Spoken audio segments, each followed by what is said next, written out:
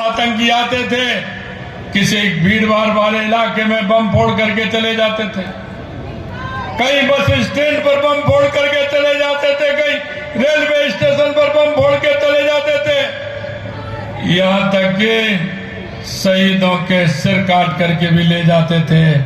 लेकिन वहां कांग्रेस की सरकार मौन बन करके देखती थी। मैं आपसे कहना चाहता हूं, अगर पुरी और पुलवामा का अगर उन्होंने करने का एहसास किया तो देश के यशस्वी प्रधानमंत्री नरेंद्र मोदी जी ने और सेना ने घुसकर जवाब देने का काम हमारी सेना ने किया।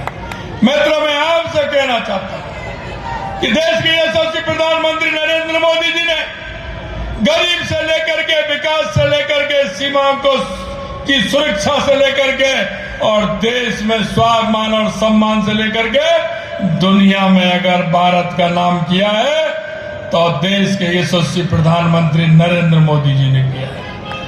आज अगर कई युवाओं को सम्मान देने का काम किया तो देश के यशस्वी प्रधानमंत्री नरेंद्र मोदी जी ने किया है, और हमारे माता बहनों को सम्मान देने का काम किया है तो देश के यशस्वी प्रधानमंत्री नरेंद्र मोदी जी ने किया है।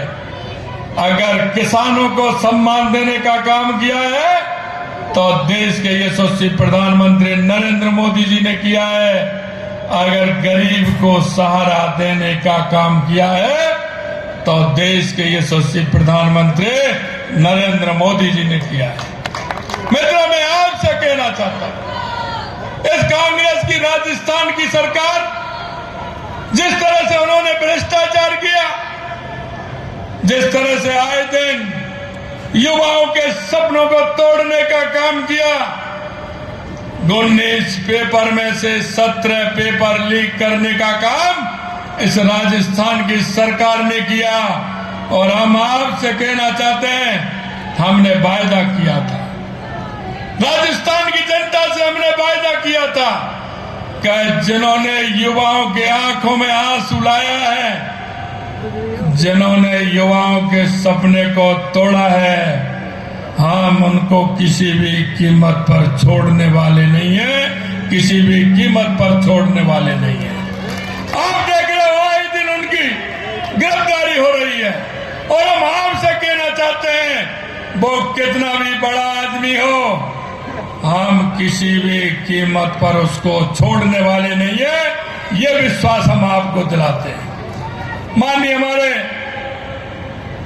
लोकसभा अध्यक्ष ओम बिरला जी अभी कह रहे थे एयरपोर्ट का मामला, मैं आपको कहना चाहता हूं, एयरपोर्ट के पैसे भरने थे, राज्य सरकार को उसकी एनओसी देनी थी।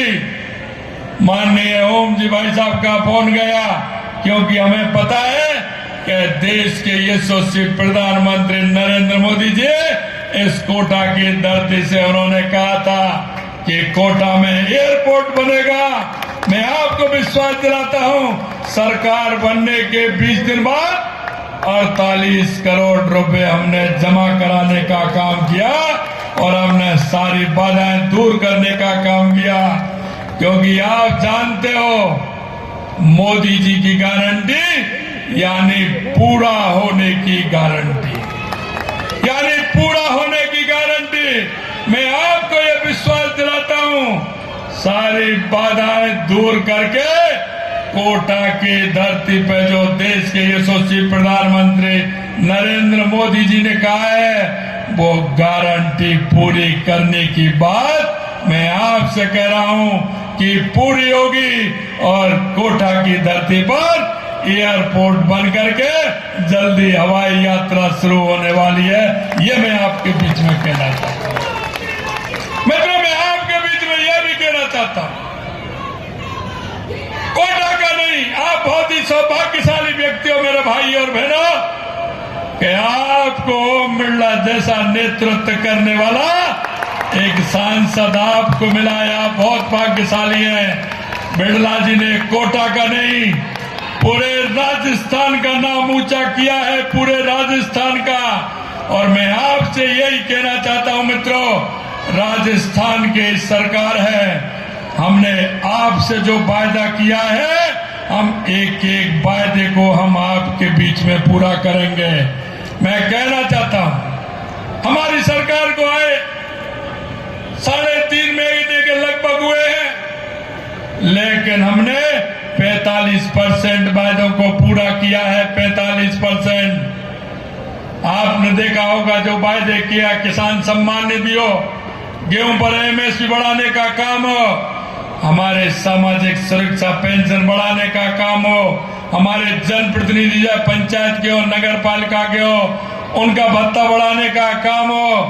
और यही नहीं मित्रों, मैं आपसे कहना चाहता हूं, डीजल पेट्रोल का पैसा भी बढ़ाया और उस विसंगति को भी मिटाने का काम किया। 3.5 रुपए से लेकर के 7.25 रुपए तक पेट्रोल घटाने का काम हमारी सरकार ने किया और 3.5 रुपए से लेकर के 6.25 रुपए 58 पैसे तक डीजल घटाने का काम भी हमारी सरकार ने किया। मैं आपसे यही कहना चाहता हूं कि हमारा बिरला जी हमारा कोटा के नहीं, हमारे राजस्थान का नाम उन्होंने रोशन किया है, पूरे देश के अंदर किया है, पूरी दुनिया के अंदर किया है। मैं आपसे यही निवेदन करना चाहता हूं मित्रों, कोटा की धरती पर जो हमने एक एक वायदा किया है, उस वायदे को भी पूरा करेंगे। कोटा को आगे और बढ़ाने का काम करेंगे। आपने देखा है, अभी तो चालू नहीं हुआ है, दिल्ली मुंबई एक्सप्रेस जिस दिन चालू होगा, कोटा का इतिहास बदलेगा। नए दौड़ की तरफ कोटा के नए पंख लगेंगे। कोटा हमारा शिक्षा की नगरी तो है ही, लेकिन औद्योगिक नगरी भी इसके साथ साथ बनने का काम करेगा। मैं आपसे इतना ही कहना चाहता हूं मित्रों कि लगातार आपने माननीय बिरला जी को 2014 में जिताया, उससे ज्यादा वोटों से 2019 में आपने जिताने का किया।